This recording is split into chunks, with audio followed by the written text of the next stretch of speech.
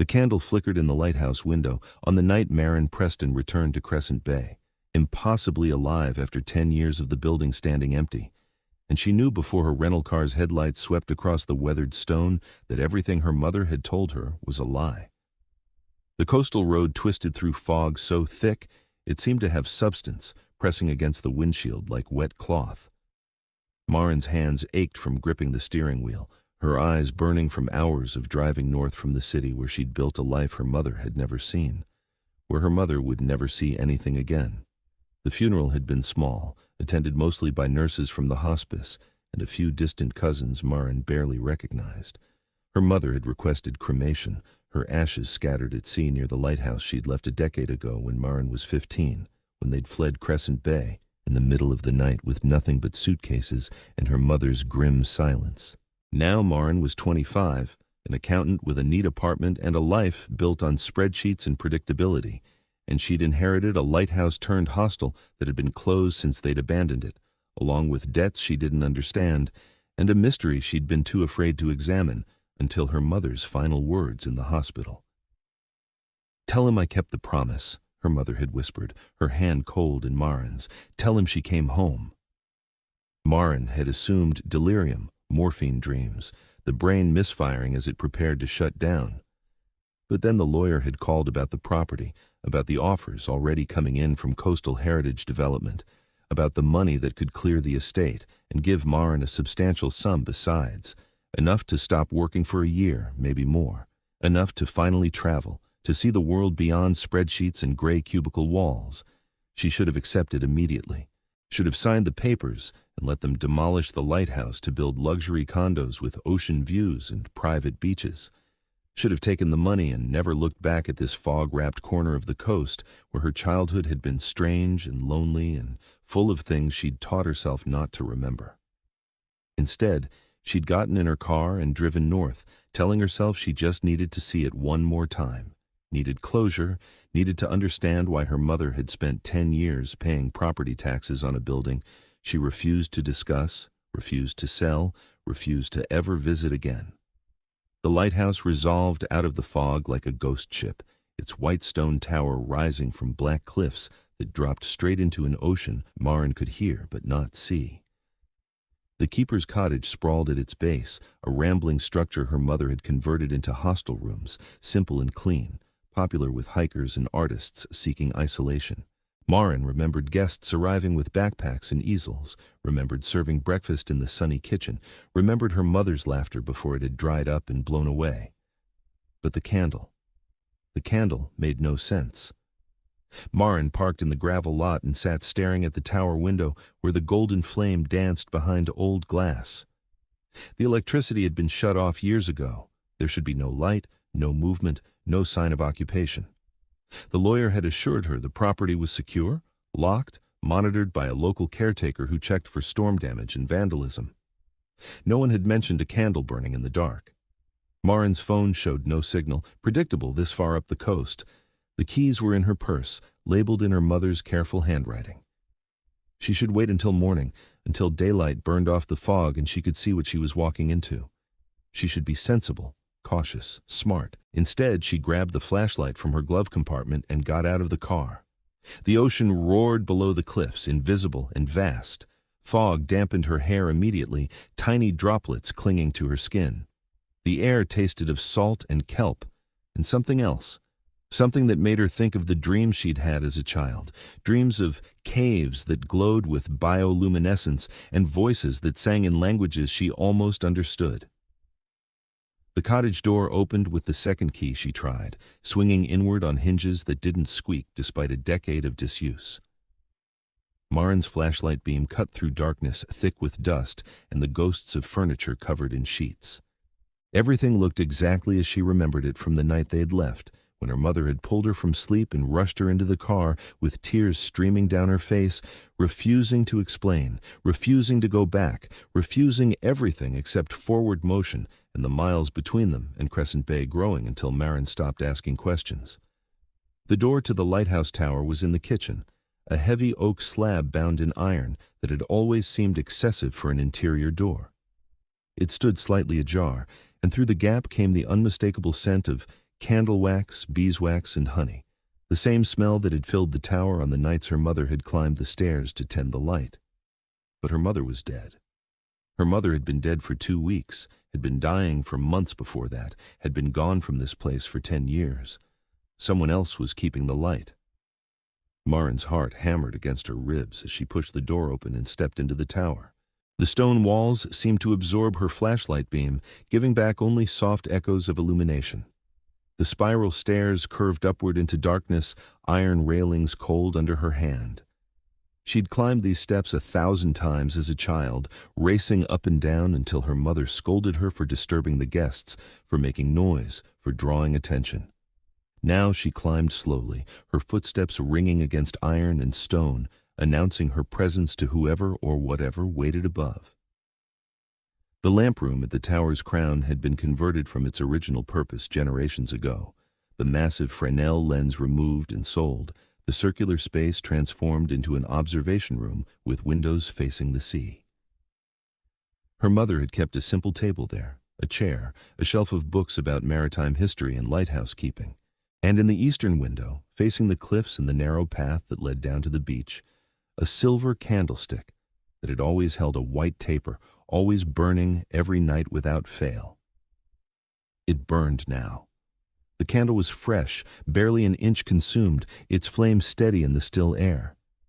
Beyond the window was only fog and darkness, the world reduced to this small circle of light. "I was beginning to think you wouldn't come." Maren spun, her flashlight beam cutting across the room to illuminate the figure standing in the shadows beside the door. Her breath stopped, her body flooding with adrenaline that screamed at her to run, to flee, to escape. But her feet remained frozen to the floor because she recognized him, even though that was impossible, even though he shouldn't exist outside her fragmented childhood memories and the dreams she'd convinced herself were fantasy. He was exactly as she remembered, exactly as he'd been the night on the cliff when she was 5 years old, when she'd wandered away from the lighthouse following sounds no one else could hear, when she'd walked right off the edge of the world and only his hand catching hers had stopped her fall into the sea. White hair that fell past his shoulders like moonlight, made solid. Skin pale as alabaster, unmarked by time or sun. Eyes that caught the candlelight and threw it back in shades of silver and ice. He wore modern clothes, dark pants, and a fitted shirt, but he moved like someone from another era, all predatory grace and absolute confidence. Tall, broad-shouldered, beautiful in a way that hurt to look at directly, that made Maren's artist friends describe perfect bone structure, and her accountant brain simply note impossible. This is impossible. He hasn't aged a day. Iseult, she whispered, the name rising from memory like a whale surfacing from the deep. His expression shifted, something almost like relief crossing features that otherwise remained composed, controlled, revealing nothing. "You remember? I remember you pulled me back from the cliff. I remember my mother thanking you. I remember—" She stopped, because what she remembered didn't make sense, couldn't make sense, was the kind of thing she'd learned to keep to herself after the school counselor had asked too many questions about her imaginary friends. "I remember you weren't human." "No."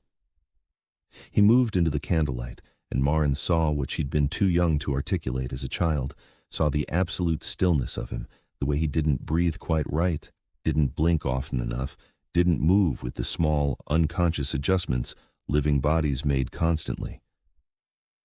"I am not human. I am Iseult Lothair, king of the coastal court, and I have kept this light burning for 10 years so that you could find your way home."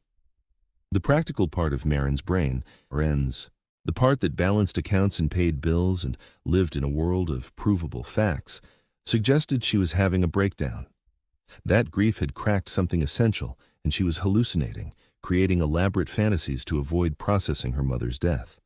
But her body remembered him, remembered the cold strength of his hand, remembered being 5 years old and lost on the cliffs in the fog, remembered following the candle's light back to safety, remembered her mother's face when she'd opened the door to find Iseult standing there with Maren in his arms, alive and whole and covered in sea spray.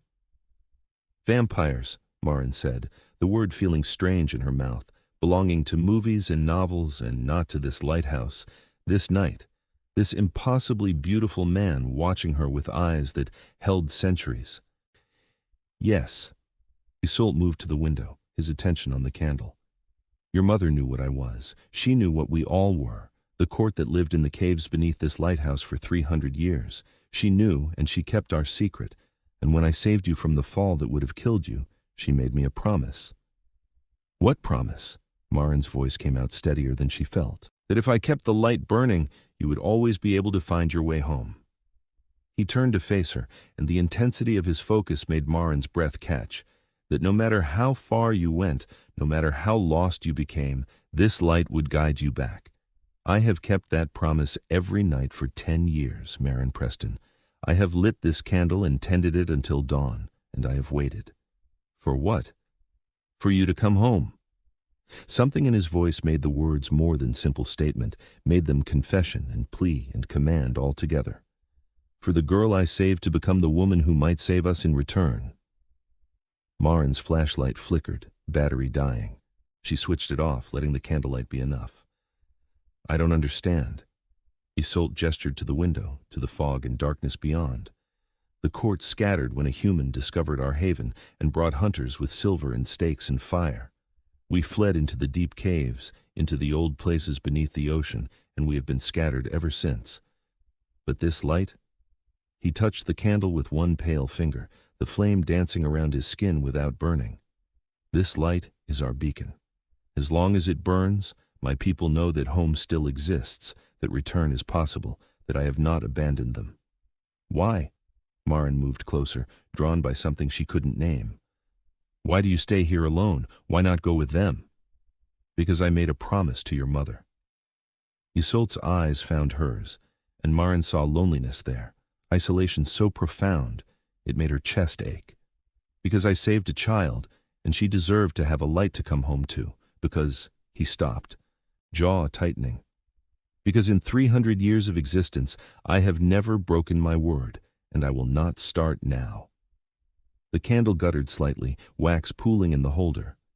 Isolde produced a fresh taper from his pocket and used the dying flame to light it, replacing the old candle with movements so practiced they spoke of nightly ritual, of routine carved into bone and muscle through repetition. The candle isn't just for me, Maren realized. It's for them, for your court. You're keeping the light so they can find their way home too. Yes, Isolde disposed of the spent candle in a small bin beside the table. But there is a problem, Maren Preston. A complication that 10 years of waiting has brought to crisis. Maren's accountant brain made the connection instantly. The development company. Coastal Heritage Development. Isolde's voice went cold, dangerous, the civilized veneer cracking to show the predator beneath. They have been trying to purchase this property for 5 years. They want to demolish the lighthouse, build luxury condominiums on the cliffs, transform the beach into a private resort. Your mother refused every offer, no matter how generous. But now she is gone. And you are here. And the choice is yours. The weight of it settled on Maren's shoulders like a physical thing. If they demolish the lighthouse, the light goes out, the beacon dies, my people lose their guiding star, and I lose the ability to call them home. Isolde moved closer, and Maren could feel the cold radiating from him, could see the inhuman stillness of his chest, could smell something ancient and other beneath the scent of candle wax. I cannot stop you from selling. I have no legal claim to this place, no rights beyond the promise your mother made. But I am asking you, as the man who saved your life 20 years ago, as the king who has kept faith with a dying woman's wish, do not extinguish this light. Do not take hope from those who have already lost everything else. Maren thought of the money Coastal Heritage was offering, thought of her neat apartment and her spreadsheets and the life she'd built on solid ground, far from this fog-wrapped coast. Thought of her mother's last words, "Tell him I kept the promise, tell him she came home." I need time, she said finally. I need to understand what I'm actually deciding. She looked at the candle, at the window, at the darkness beyond. I need to know the whole story. Isolde studied her for a long moment, then inclined his head in a gesture that spoke of courtly manners and ancient protocols. Then I will tell you everything, but not here, not tonight. You are exhausted, grieving, overwhelmed. The cottage is habitable. I have made certain of that.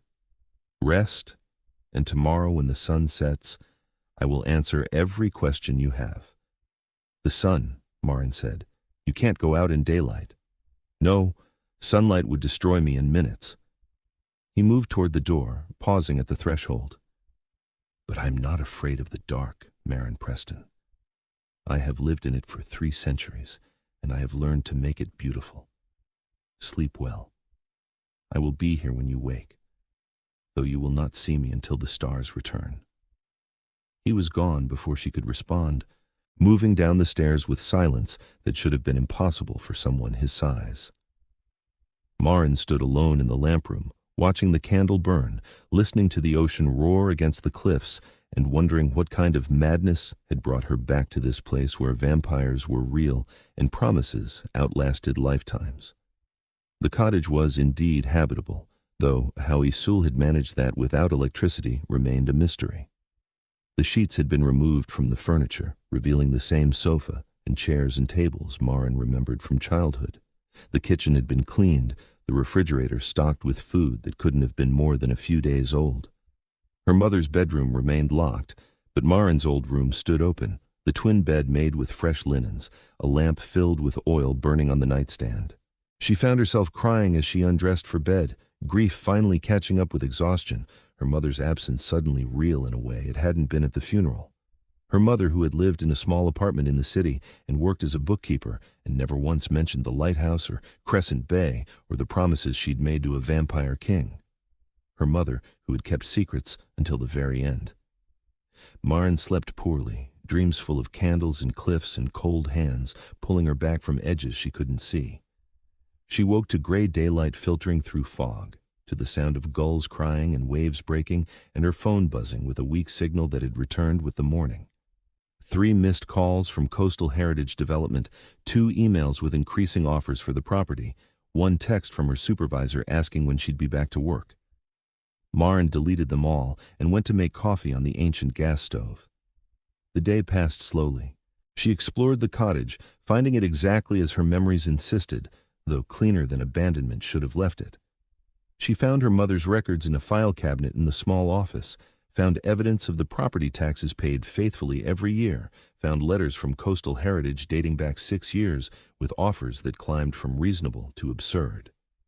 She found, tucked in the back of a drawer, a photograph of her mother standing on the cliff path with Isolde beside her, both of them smiling at the camera, her mother young and happy and holding 5-year-old Maren's hand. On the back, in her mother's handwriting, "The night everything changed. The night I understood promises matter more than fear." Maren was still staring at the photograph when sunset came and Isolde appeared in the kitchen doorway as though materialized from shadows. "You found the picture," he said quietly. "Why didn't she ever come back?" Maren set it down carefully. "Why did we leave if she cared enough to keep paying for this place, to keep you here, to maintain the promise?"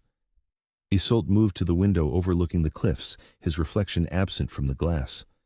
"Because she was afraid, not of me, but of what knowing me meant for you.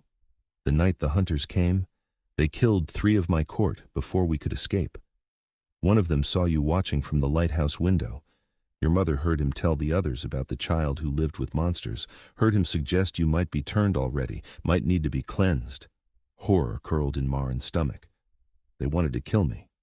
Your mother got you out that night. She ran and she kept running, and she made me promise to let her go, to keep you safe by keeping you far away from this world." Isolde turned to face her. "I argued. I told her my court would protect you, that you were under my personal guard. But she was terrified, and she was not wrong to be. The hunters returned twice more over the years, searching the caves, asking questions in town. I made certain they found nothing, but the risk remained real. So she stayed away to keep me safe. Yes, and she kept this place because she understood what it meant to me, to my people, because she knew that someday the danger would pass and you might return, and when you did, the light would still be burning." Isolde crossed to the table, moving with that preternatural grace that marked him as other. "But now there is a different danger, and it does not come with stakes and silver." Maren gestured for him to sit, and after a moment's hesitation, he did. His presence filled the small kitchen, made it feel both intimate and strange. Tell me about the development company. Coastal Heritage is owned by a man named Richard Crane. He is human, but he is not ignorant. He knows there are stories about these cliffs, about the caves, about things that live in the dark. He does not believe in vampires, I think, but he believes in profit, and he has convinced his investors that this coastline is prime real estate wasted on an abandoned lighthouse. Isolde's fingers drummed once against the table, the only sign of agitation he'd shown. If he demolishes the lighthouse and builds his resort, he will bring construction equipment, engineers, tourists, constant human presence. The caves will be discovered. My people's haven will be destroyed completely. Can't they find somewhere else? They could, but we have lived in these caves for 300 years. We know every tunnel, every tide pool, every hidden chamber. We have carved out a civilization beneath the waves, built something beautiful in the dark. To abandon it would be to lose not just a home, but our history, our culture, everything that makes us who we are. His eyes met hers, and Maren saw pain there, carefully controlled but present. We are already refugees, Maren, already scattered and broken. To lose the beacon, to lose the possibility of return, would be to lose ourselves entirely. Maren thought of her own neat apartment, her careful life, the way she'd built walls around herself after her mother's death, revealed how little she'd actually known about the woman who raised her. Thought about belonging and home and what it meant to have a place that anchored you to the world. I don't want to sell, she said slowly, but I don't know how to stop them. The property taxes alone are more than I make in a month, and the maintenance, the repairs, the cost of keeping this place viable. She spread her hands helplessly. I'm an accountant. I know exactly how fast this place would bankrupt me. What if it were not abandoned? Isolde leaned forward. What if the hostel reopened, became profitable again? In winter?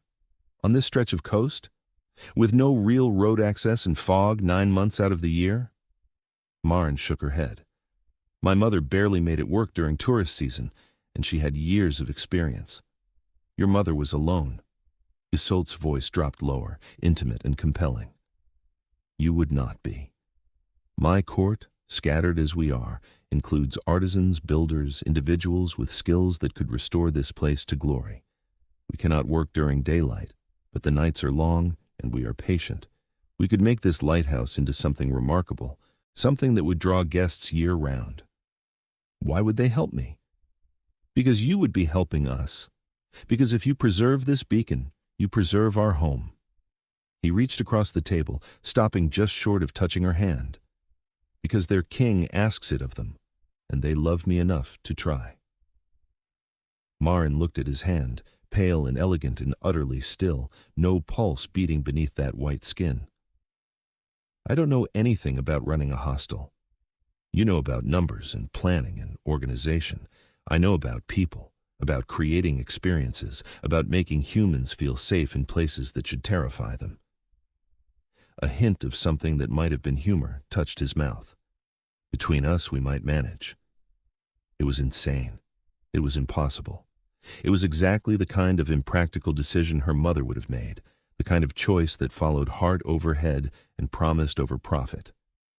If I do this, Maren said carefully, if I try to save the lighthouse and reopen the hostel, I need to know you'll actually be here. I can't do it alone, and I can't do it if you're going to disappear or decide the promise is fulfilled now that I'm back. Isolde went very still, and Maren realized she'd surprised him. You would want me to stay? I would need you to stay. As a partner, as someone who knows this place and this coast and how to make it work. She took a breath. As someone who can answer the 1,000 questions I have about what you are and what your people need and how any of this is supposed to function. I have not been a partner to anyone in a very long time. Isolde's voice held something fragile, something that sounded almost like hope. I am a king. I am accustomed to command, not collaboration. Then you'll have to learn. Maren met his strange eyes directly. Because I'm not one of your subjects, and I don't take orders well. For a moment she thought she'd offended him, thought she'd pushed too hard against his pride and his position. Then Isolde smiled, really smiled, and the expression transformed his face from beautiful to devastating. "No," he said softly. "I imagine you do not." "Very well, Maren Preston. We have a bargain. I will help you save the lighthouse and rebuild the hostel, and in return, you will keep the beacon burning for my people. We will be partners in this, equal and bound by mutual need." He offered his hand formally, and Maren took it, gasping slightly at the cold that sank through her skin. His grip was gentle despite the strength she could feel in it, careful not to hurt her, and when he released her fingers, she felt the absence like a loss. "When do we start?" she asked. "Tonight." Isolde stood, energy crackling around him like electricity before a storm. "I will call my people, those close enough to hear. We will begin with the cottage, make it fully livable, repair what is broken in 10 years of emptiness. Then, we will work on the tower, restore the observation deck, make this place shine like it did when your mother filled it with light.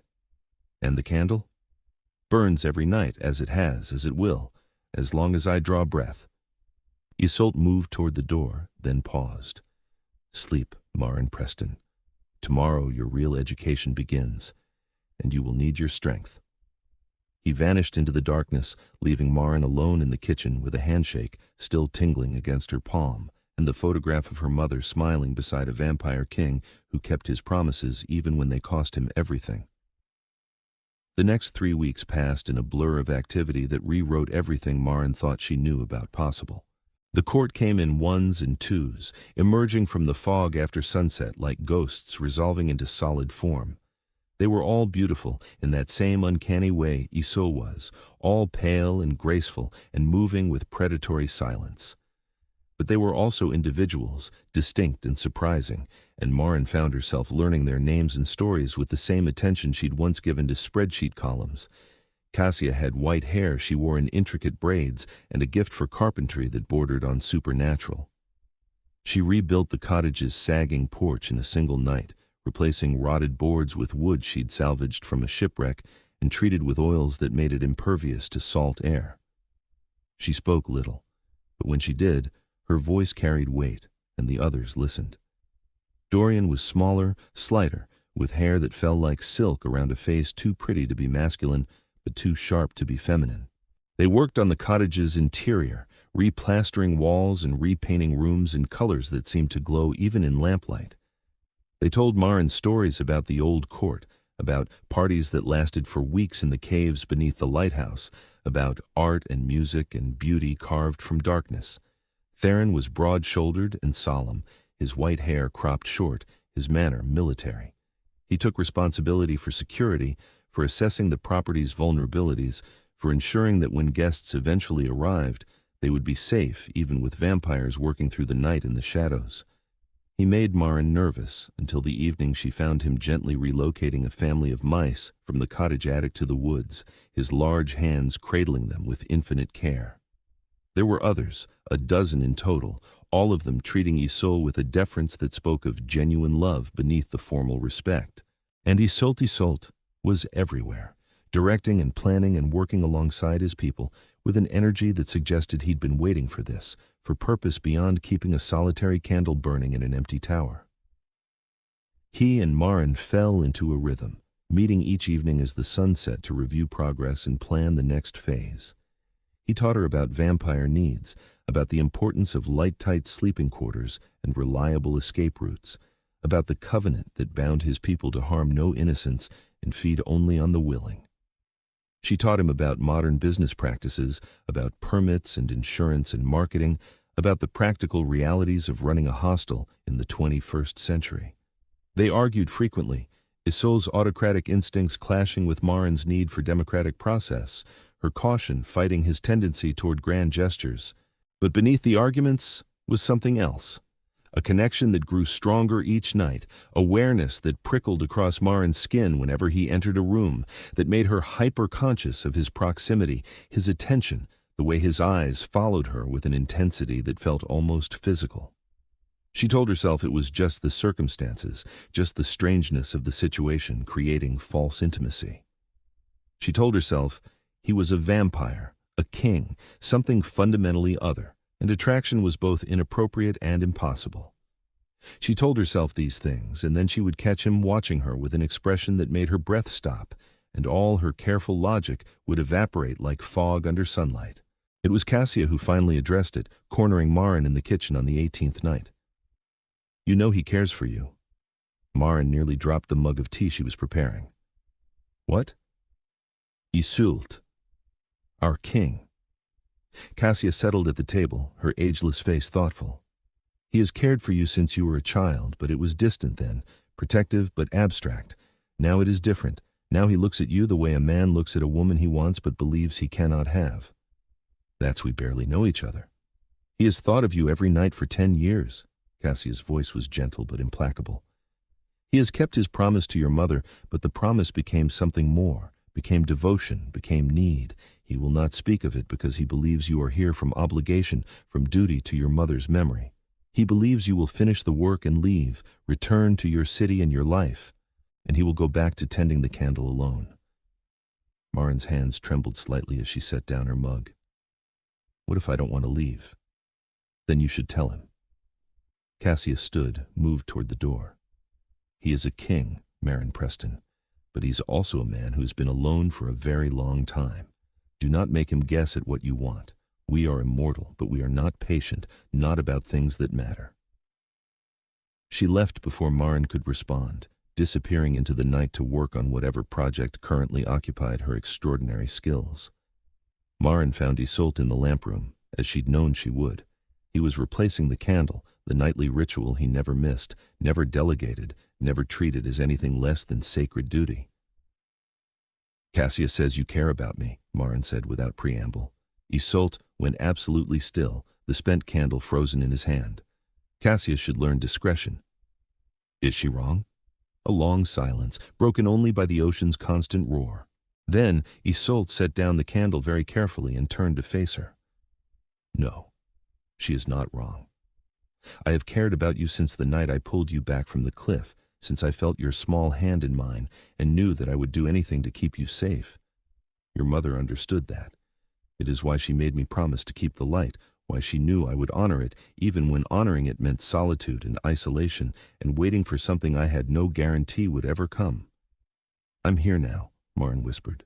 "Yes, you are here, and you are—" He stopped, jaw tightening. "You are everything I remembered and nothing I expected. You are fierce and practical, and you argue with me like no one has dared argue in 200 years. You are brilliant and kind, and you see my people as individuals, not monsters. You are—" Another pause, longer. "You are what I would have chosen if I had believed I was allowed to choose anything beyond duty and crown and keeping faith with the dead." Maren crossed the room, closing the distance between them, until she stood close enough to feel the cold radiating from his skin, close enough to see the silver veins that traced his throat like frost patterns. "What if I choose you?" "I'm not human, Maren. I will never age, never change, never give you the normal life you deserve. I drink blood to survive. I cannot walk in sunlight. I am a king with responsibilities to a scattered court and enemies who would use you against me if they knew you mattered." His voice dropped to barely above a whisper. "I have nothing to offer you but darkness and danger and a love that has already waited 10 years and will wait 10,000 more if that is what you require." "I don't want to wait." Maren reached up, touching his face, feeling skin cold as marble and just as smooth. "I don't want normal. I don't want my old life. I want this lighthouse, this strange half-world between human and vampire, this partnership we're building. I want you, Iseult Lothair, if you'll have me." His control shattered. He pulled her against him, one hand curving around her waist, the other sliding into her hair, and kissed her with a desperation that spoke of 10 years of waiting, of loneliness, of need so profound it had become its own kind of constant pain. His mouth was cold but not unpleasant, different but not wrong, and Maren kissed him back with equal fervor, her hands fisting in his shirt, her body arching into his. When they finally broke apart, both breathing hard despite only one of them needing air, Iseult rested his forehead against hers. "I am yours," he said simply. "For as long as you will have me, in whatever way you will take me, I am yours." Then we're agreed. Maren smiled against his mouth.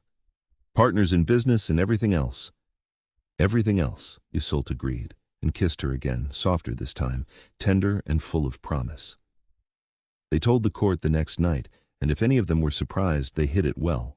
Cassia actually smiled, a rare expression that made her look almost young. Dorian produced a bottle of wine from somewhere and insisted on a toast. Theron simply nodded once, satisfaction clear in his bearing, as though Maren and Isolde together confirmed something he'd already known. The work continued, faster now, energized by hope instead of just necessity. The cottage was completed, then the tower, both restored to glory that exceeded their original state. Dorian created a website, Cassia built furniture, Theron established security protocols, Maren handled the legal work, the permits, the endless bureaucracy of reopening a business that had been closed for a decade. And every evening, before anything else, Isolde climbed to the lamp room and lit the candle, keeping faith with a promise that had become something more, had become symbol and beacon and declaration all together. 6 weeks after Maren's return, Coastal Heritage Development made their final offer. $3 million, immediate purchase, demolition to begin within the month. Maren refused over email, professional and brief. We are not selling. The property has been designated for historic preservation and will be reopening as a hostel. Thank you for your interest. Richard Crane called personally an hour later. Miss Preston, I understand your attachment to the property, but I think you're making a mistake. That lighthouse is a liability, not an asset. The coast is eroding, the structure is unstable, and you're sitting on prime real estate that could set you up for life. The structure is sound, Maren said calmly. We've had it inspected. The erosion is manageable, and I'm not interested in being set up for life. I'm interested in preserving this lighthouse and the history it represents. History. Crane's voice took on an edge. Is that what we're calling ghost stories now? Come on, Miss Preston. We both know there's something strange about that place. Strange enough that people avoid it, that fishermen won't anchor nearby, that locals tell their kids to stay away from the cliffs. You're trying to run a business in a location that has a reputation for being cursed. Or we're running a business in a location with character and mystery, which is exactly what certain guests are looking for. Maren kept her voice pleasant. The answer is no, Mr. Crane. The lighthouse is not for sale. Not now, not ever. Please stop calling. She hung up before he could respond, and found Isolde watching from the doorway. He will not stop, Isolde said quietly. Men like that do not accept refusal gracefully.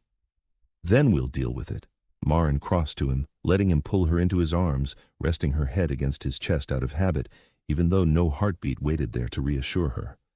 We have the law on our side now. The historic designation protects us from forced sale. The law protects you from legal methods. It does not protect you from a man willing to use other means. Isolde's arms tightened fractionally. I should have killed him years ago when he first started circling the property. You don't kill people for being annoying. I am a vampire king. I absolutely kill people for being annoying. His tone was perfectly serious, though she thought she detected humor beneath it. But for you, I will restrain myself to non-lethal deterrence. Maren laughed despite the tension. How magnanimous of you. I am occasionally capable of mercy. He kissed the top of her head. Especially when you ask it of me. The lighthouse officially reopened in early November, just as winter storms began battering the coast.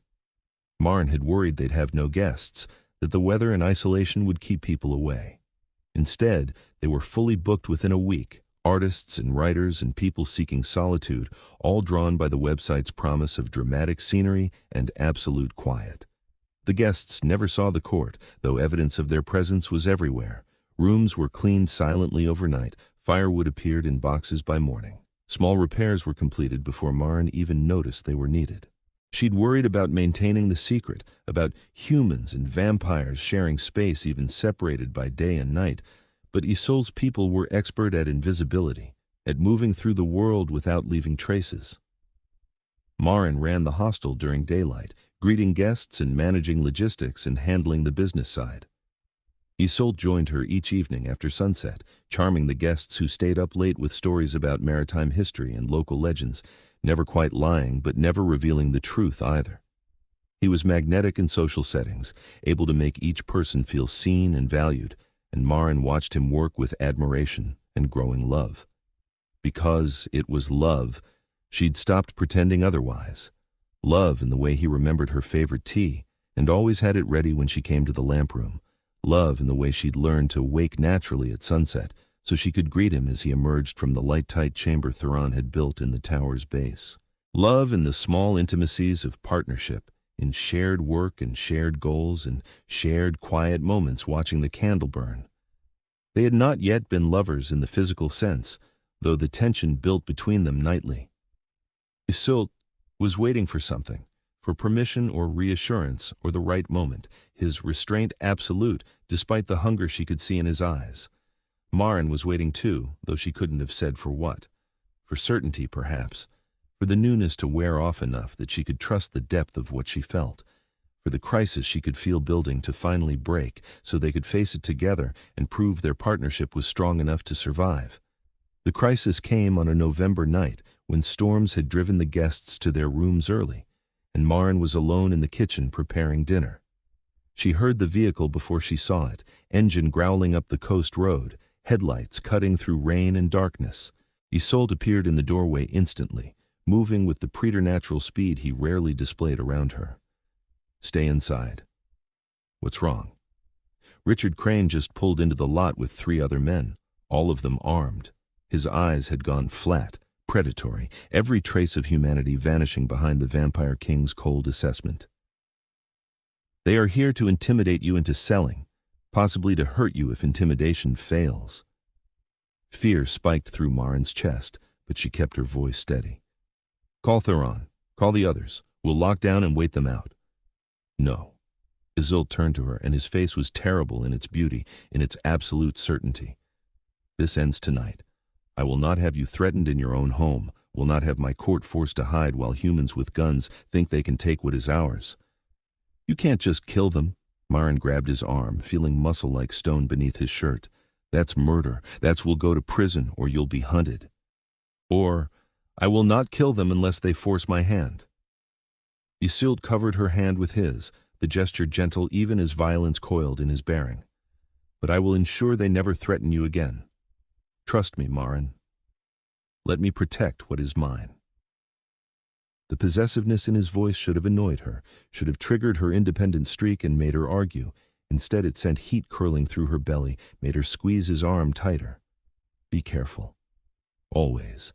He kissed her once, hard and fast, then vanished through the door into the storm. Maren moved to the window, watching as Richard Crane and 3 large men climbed out of an expensive SUV. They all wore rain gear and carried themselves with the confidence of men who'd never been told no in a way that mattered. Crane was speaking, gesturing toward the lighthouse, his expression visible even through the rain, angry, entitled, dangerous. Then Isolde stepped into the light, and everything changed. He seemed to materialize from shadows, standing between the men and the cottage with absolute stillness. The rain didn't touch him, streaming around him as though even weather acknowledged his sovereignty.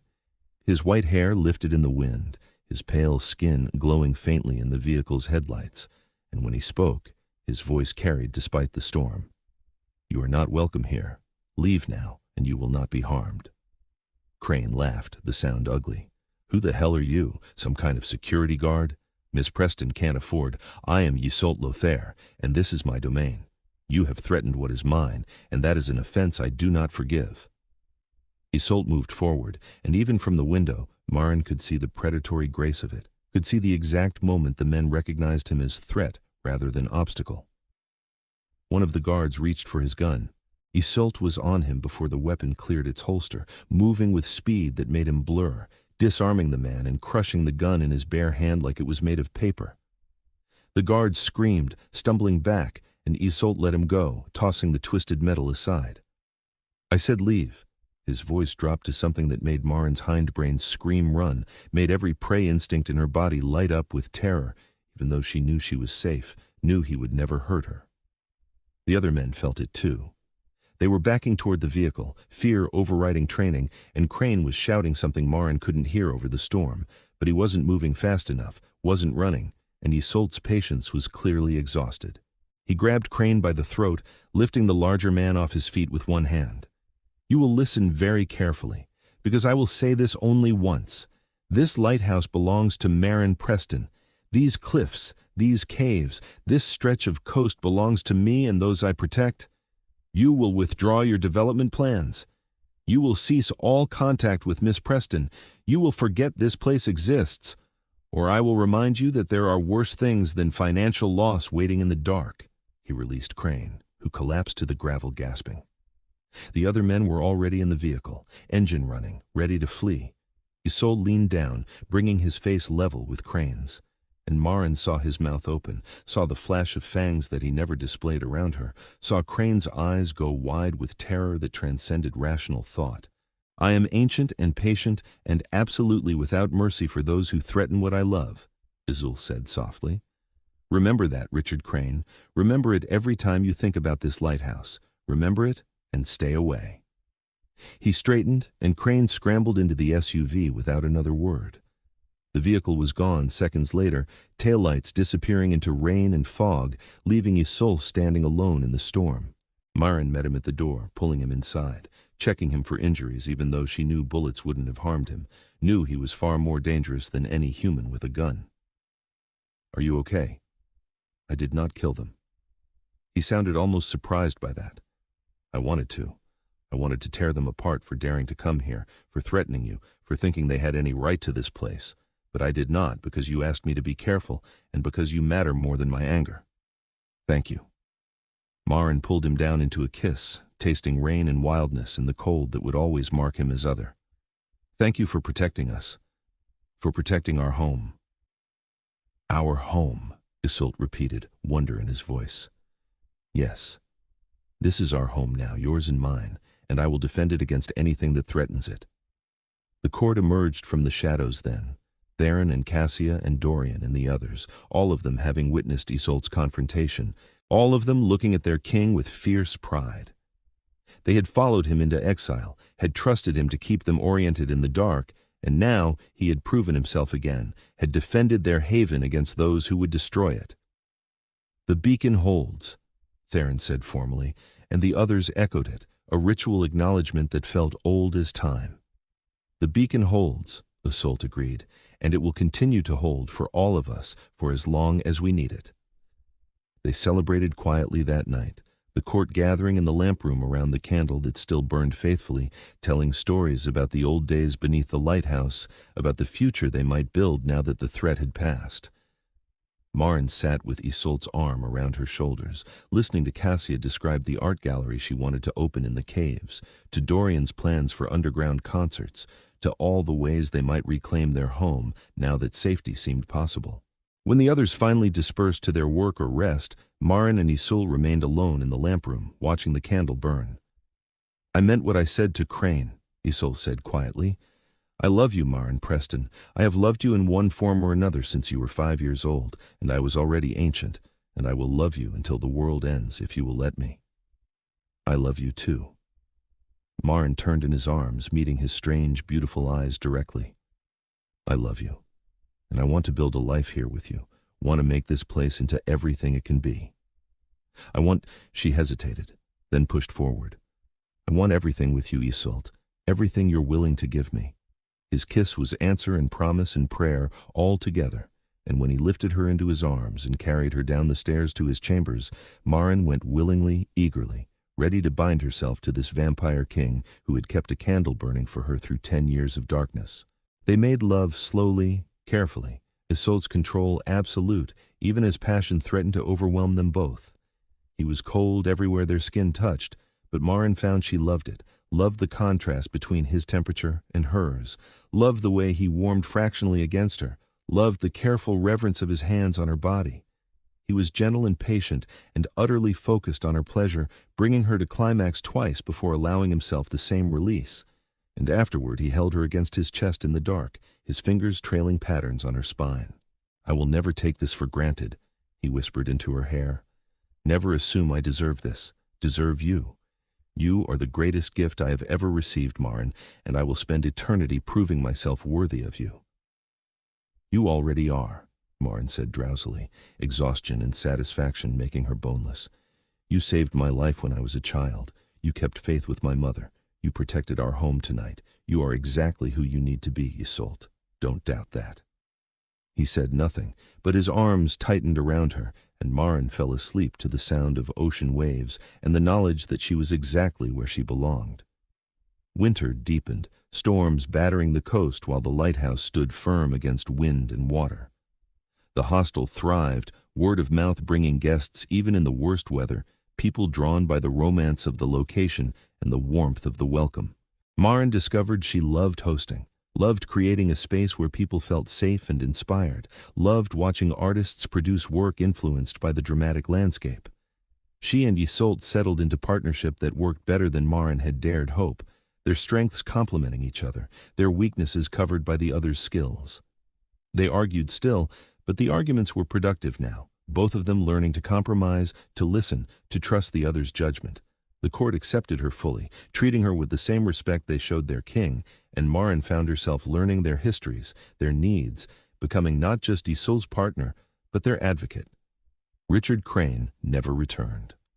Coastal Heritage Development withdrew their plans for the area, and when Maren checked months later, she found the company had quietly dissolved, Crane himself retiring from real estate entirely. She suspected Isolde knew more about that than he admitted, but she didn't press. Some questions were better left unasked. The candle burned every night without fail, and slowly, carefully, the scattered court began to return. First in ones and twos, then in larger groups, vampires who had fled the hunters years ago coming home to the caves beneath the lighthouse, rebuilding their civilization in the dark. Isolde was transformed by their return, energy and joy replacing the lonely patience that had defined him. He was still a king, still commanded absolutely when necessary. But he was also part of a community again, connected and needed and loved. Maren met them all, learned their names and stories, became the bridge between the human world above and the vampire court below. It was a strange life, split between daylight business and nighttime community, between guests who knew nothing of what lived beneath their feet and vampires who moved through the hostel like benevolent ghosts. But it was her life, chosen and built with intention, and she had never been happier. Spring came eventually, fog lifting to reveal coastline so beautiful it made Maren's chest ache. The hostel was fully booked through summer, the website listing them as one of the most unique destinations on the coast. Maren hired human staff to help during peak season, people from town who were reliable and discreet and willing to work odd hours. The court stayed hidden during the busy months, but their presence was felt in the art that began appearing in the caves, in the music that drifted up through stone on quiet nights, in the sense that the lighthouse was protected by something ancient and powerful. One evening in late May, Isolde took Maren down into the caves for the first time. She'd seen the entrances, knew they existed beneath the cliffs, but she'd never actually descended into the vampire court's true home. Now, Isolde led her through passages that glowed with bioluminescent algae, through chambers carved smooth by centuries of tide and vampire hands, through spaces that had been transformed into galleries and gathering halls and living quarters. It was beautiful, impossibly so, a hidden world of light and shadow and ancient magic. The court had gathered in the largest chamber, and when Maren entered with Isolde, they all bowed, a gesture of respect that brought tears to her eyes. "We wanted you to see," Cassius said simply. "Wanted you to understand what you saved when you chose to keep the lighthouse. This is our home, Maren Preston. This is what the beacon protects. Thank you for giving it back to us." Maren looked at the gathered vampires, at Isolde standing beside her with pride and love clear in his expression, at the beauty they had created in the dark. "Thank you for trusting me, for letting me be part of this." They celebrated that night, the court throwing a party that rivaled anything from their old stories. There was music and dancing and laughter, vampires who had been scattered for a decade, reuniting with joy that transcended words. Isolde danced with Maren, spinning her through the bioluminescent chamber while the others watched and cheered, and when he kissed her in front of his entire court, claiming her publicly and absolutely, Maren kissed him back with everything she had. Later, alone in the lamp room with the candle burning faithfully, Isolde pulled a small box from his pocket. I know we have not discussed this. I know it is perhaps too soon, too strange, too many complications. But I find I must ask anyway, because I cannot imagine eternity without you in it. He opened the box to reveal a ring, platinum set with stones that caught candlelight and threw it back in rainbow fragments. Marry me, Maren Preston. Be my wife, my partner, my queen in all the ways that matter. I cannot give you children, cannot grow old with you, cannot promise a normal life. But I can promise you love that will outlast stars, devotion that will never waver, and a home that will always have a light burning to guide you through the dark. Maren's vision blurred with tears.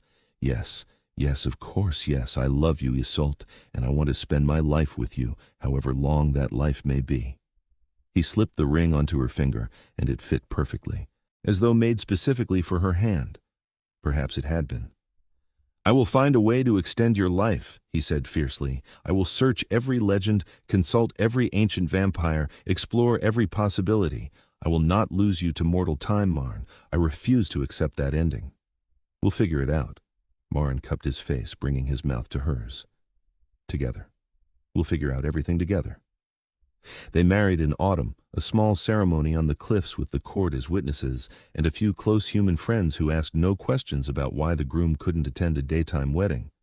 Maren wore white, Isolde wore black, and they spoke vows that promised partnership and protection and love beyond reason. When Isolde kissed her as the stars emerged, the court cheered, and Maren felt the rightness of it settle into her bones, felt the future stretching ahead bright and strange and full of possibility. The years that followed were good ones, the hostel thriving, the court growing, Maren and Isolde building a life that bridged two worlds. And every night, without fail, Isolde climbed to the lamp room and lit the candle, keeping faith with a promise that had become tradition, had become symbol of everything they'd built together. On their 5th anniversary, Maren found an ancient text that Cassia had discovered in the depths of the cave system, a manuscript detailing a ritual that could extend human life, could grant mortals decades or even centuries without full transformation into vampire. It was dangerous, required resources they barely possessed, and offered no guarantees. I want to try, Maren said, showing it to Isolde. I want more time with you, not just decades, but centuries. I want to see this place thrive, watch the court grow, be your partner for as long as possible. Isolde studied the text, hope and fear warring in his expression. The risks? I know the risks. I accept them. Maren took his hand. We've built something beautiful here, Isolde. I want to protect it, nurture it, watch it flourish, and I want to do that with you beside me for as long as fate allows. They performed the ritual on the winter solstice, the darkest night of the year, with the entire court supporting them. It was agonizing, Maren's body struggling to accept the magic being woven into her cells. But Isolde held her through it, his strength and presence anchoring her when she would have drifted into darkness. When it was over, she could feel the change, could sense time slowing its inexorable march, could taste the decades suddenly spread before her like a gift. It worked, she whispered, touching Isolde's face. We have time now. Real time. Together.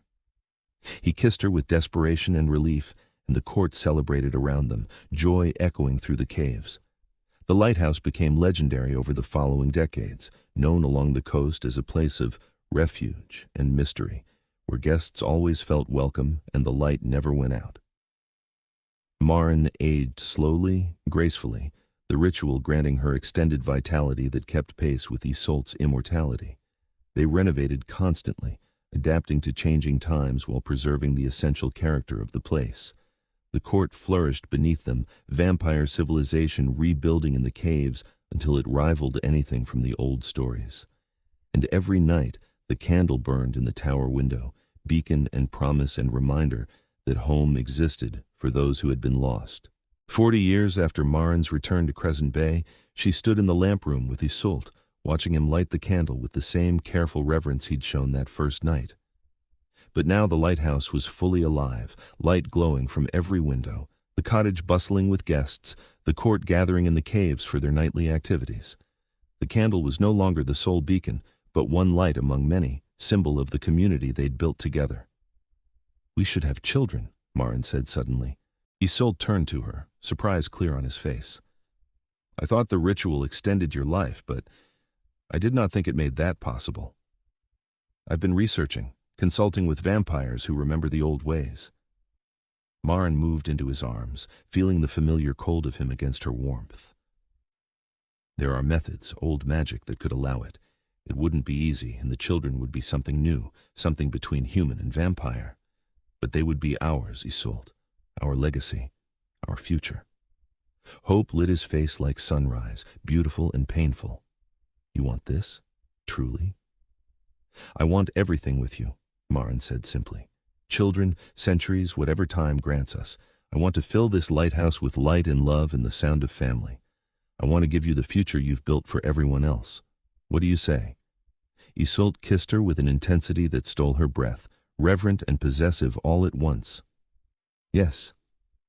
Yes, if it is possible, if you are willing to try, then yes, I want to build that future with you.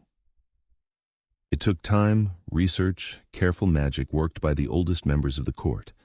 But eventually Maren conceived, carrying twins that grew slowly in her extended life body, children who were something new in the world, neither fully human nor fully vampire, but belonging completely to both worlds. She gave birth on a spring night with Isolde holding her hand in the court gathering in support. And when the midwife placed two perfect infants in her arms, Maren wept with joy. A girl with her coloring and Isolde's silver eyes, a boy with white blonde hair and her warm skin tone, both of them alive and healthy and absolutely beautiful. Alawan, Maren whispered, touching her daughter's face. And Caspian, looking at her son. Perfect, Isolde breathed, his hand trembling as he touched each tiny head. They are perfect, and they are ours, and I will protect them with everything I am. The children grew slowly, aging at a pace between human and vampire, and they brought joy to the lighthouse that transformed everything. Alawan was quiet and thoughtful, drawn to the caves and the court, learning vampire ways with the same intensity her father brought to everything. Caspian was bright and energetic, fascinated by the human guests and the business of the hostel, following Maren through her daily routines with endless questions. Both of them learned to tend the candle, Isolde teaching them the ritual's importance, the history behind the flame, the promise that had brought their family together. They took to it naturally, understanding instinctively that the light was sacred, that it represented hope and home, and the bonds that held their strange community together. Maren watched them grow with wonder, watched Isolde become a father with the same intensity he brought to being a king, watched the court embrace her children as the future of everything they'd built. The lighthouse thrived, the hostel expanded, the caves beneath grew into a vampire city that rivaled anything from legend. And through it all, the candle burned, tended by Isolde, then by Maren and Isolde together, then by all four of them as the children grew old enough to participate.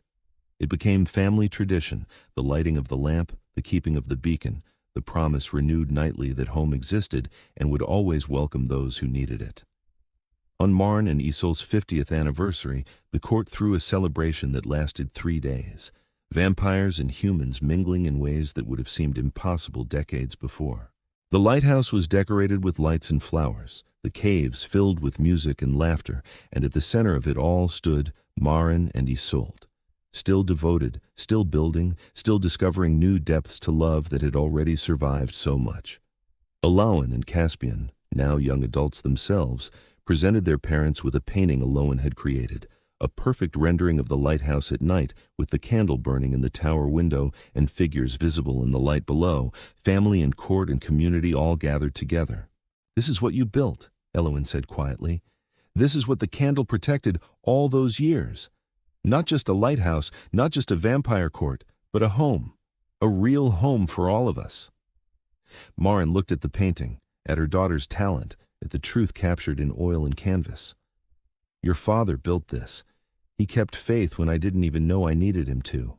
He waited 10 years for me to come home, and he's been building our life together ever since." "We built this," Isolde corrected, pulling her close. "You and I together. I kept the candle burning, but you gave it meaning, gave me purpose beyond waiting. You came home, Maren, and you stayed, and you transformed everything. The lighthouse, the court, me. I was just keeping a promise. You made it into something beautiful." They kissed to applause and cheers, their children hugging them both, the court celebrating around them, and Maren felt the rightness of it settle deep into her soul. This was home. This lighthouse on the fog-wrapped coast, this vampire king who had loved her since she was a child, this community they'd built between worlds, this family they'd created against all odds. The candle burned in the tower window, one light among many now, beacon and promise, and symbol of everything love could build given time and faith, and the willingness to keep trying. Years continued to pass, decades folding into each other like waves against the shore. Maren aged slowly but surely, the ritual granting her extended time but not true immortality. She didn't mind. She had lived a full life, had seen her children grow into remarkable individuals who bridged human and vampire worlds with grace, had watched the court flourish into something that brought light to the darkness in ways that went beyond simple survival. Alain eventually took over much of the court's artistic direction, transforming the caves into galleries that showcased vampire and human artists alike, creating beauty that drew visitors from around the world. Caspian managed the hostel with his mother, expanding it carefully, preserving its essential character while adapting to changing times. Both of them understood the importance of the candle, both tended it faithfully, both carried forward the promise their father had kept for so long. On Maren's 100th birthday, the court threw a celebration that rivaled anything in their long history. She looked perhaps 60 by human standards, still vital and engaged, her mind sharp and her heart full. Usul had not changed at all, still beautiful and cold and utterly devoted to her. And when he held her close that night, both of them watching their children dance with vampires who had known them since infancy, Maren felt profound gratitude for every moment they'd been granted. "I would do it all again," she told him. "Every moment, every choice, every risk. I would choose you every time, Isolde Lothaire. And I would wait another 10 years, another 100, another millennium if that was what it took to have this," Isolde said, his voice thick with emotion. "You are my miracle, Maren, my impossible gift, my home." They renewed their vows that night, speaking promises that had only deepened with time, binding themselves together again in front of everyone who mattered. The candle burned above them, tended by Eloin and Caspian, who understood exactly what it meant, what it represented, what their parents had built on the foundation of a single flame, burning in the darkness.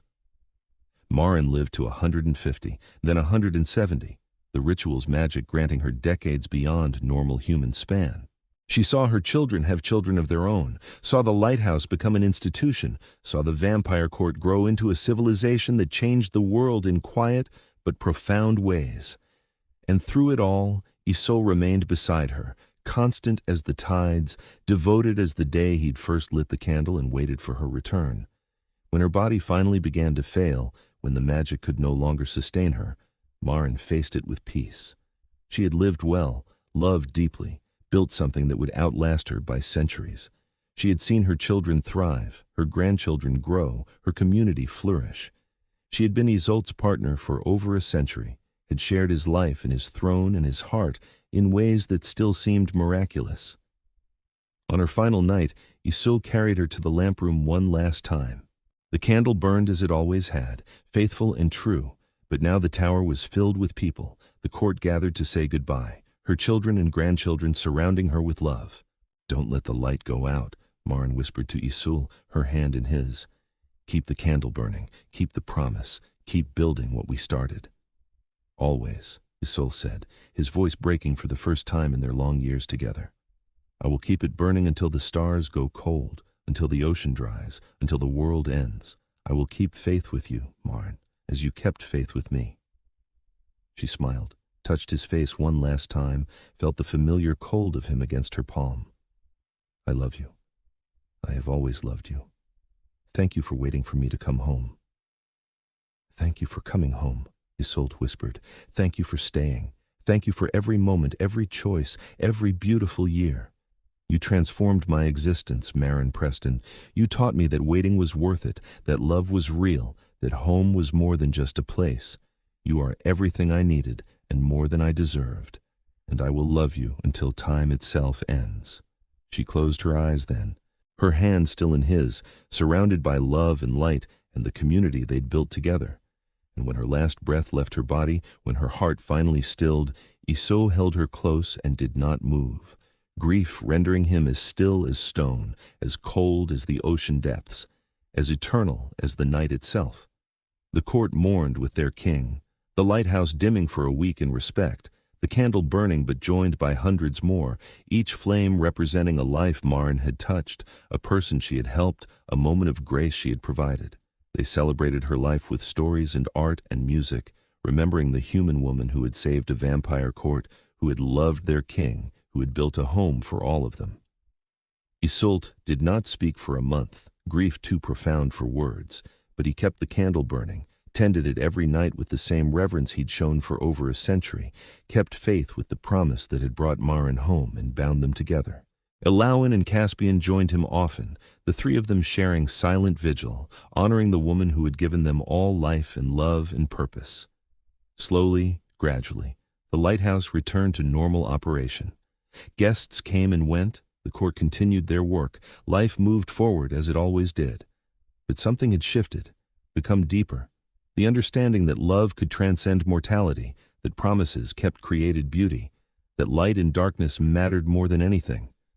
Isolde never remarried, never sought another partner. Maren had been his miracle, his impossible gift, and he had no desire to replace what they'd shared. Instead, he threw himself into the lighthouse and the court, into raising his grandchildren, into preserving everything Maren had built. He became not just a king, but a grandfather, a mentor, a guardian of legacy that went beyond blood and stretched into choice and love and commitment. The candle burned every night, tended now by Isolde and his descendants, promise renewed across generations. The lighthouse stood firm against storms in time, beacon guiding lost souls home, symbol of everything love could build given faith and patience and the willingness to wait in the darkness. Decades after Maren's death, Elowin found her father in the lamp room, watching the candle burn as he did every night. "She would be proud of you," Elowin said quietly. "Proud of everything you've built, everything you've protected, proud that you kept the promise, even after she was gone." Isolde turned to his daughter, silver eyes bright with unshed tears. "I keep it for the girl who wandered into the dark and needed a light to come home, for the woman who chose to stay when she could have left, for my wife, my partner, my love. As long as I draw breath, this candle will burn, and anyone who is lost will be able to find their way home." Elowin hugged him, and Isolde held his daughter close, surrounded by the community Maren had helped him build, the family they'd created together, the legacy that would outlast them all. The candle burned on through the years, through centuries, through changes that transformed the world but left the lighthouse's essential purpose unchanged. It burned for the lost and the lonely, for the scattered court finding their way home, for the memory of a human woman who had loved a vampire king, for the promise that no matter how dark the night, light would always be there to guide the way. And in that light, in the warmth of the flame that never faltered, Isolde found peace. Not the peace of forgetting, but the peace of remembering well, of honoring love through action, of keeping faith with promises that mattered. The lighthouse stood, the candle burned, the beacon held, and everyone who needed it could always find their way home.